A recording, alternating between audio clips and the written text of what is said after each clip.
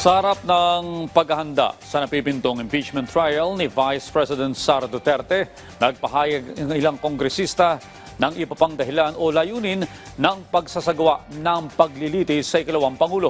Yan ang ulat ni Vel Custodio.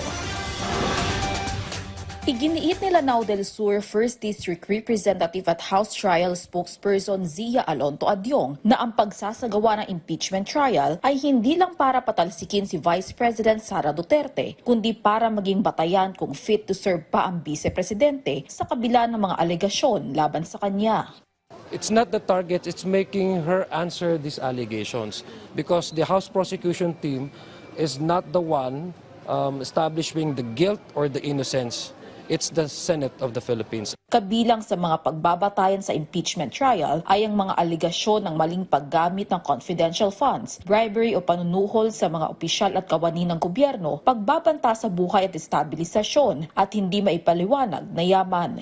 It's a challenging job, although we are also up for any challenges. Our source of inspiration is the Constitution, no? We stand on the premise that there has to be no one above the law. Ayon naman kay Kabataan Party List Representative at House Trial Spokesperson Renico, battlefield din kung maituturing sa impeachment ang pagpapakalat ng maling balita at trolls online. Kaya aniya, mahalaga ang personal na pag-uusap at paghahati ng impormasyon sa publiko para ipaintindi ang kaganapan at proseso ng impeachment.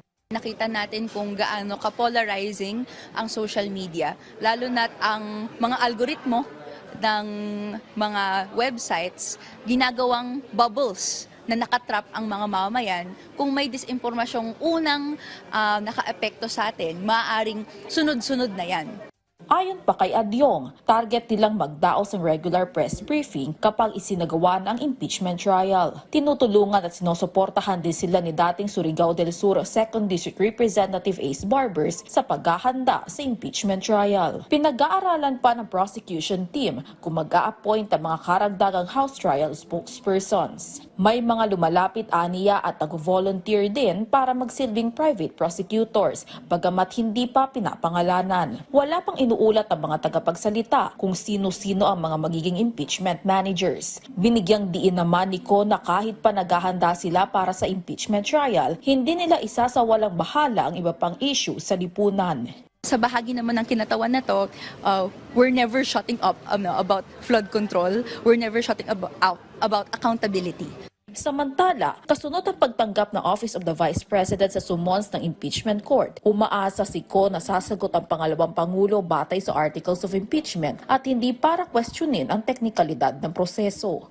Vel Custodio para sa Pambansang TV sa Bagong Pilipinas.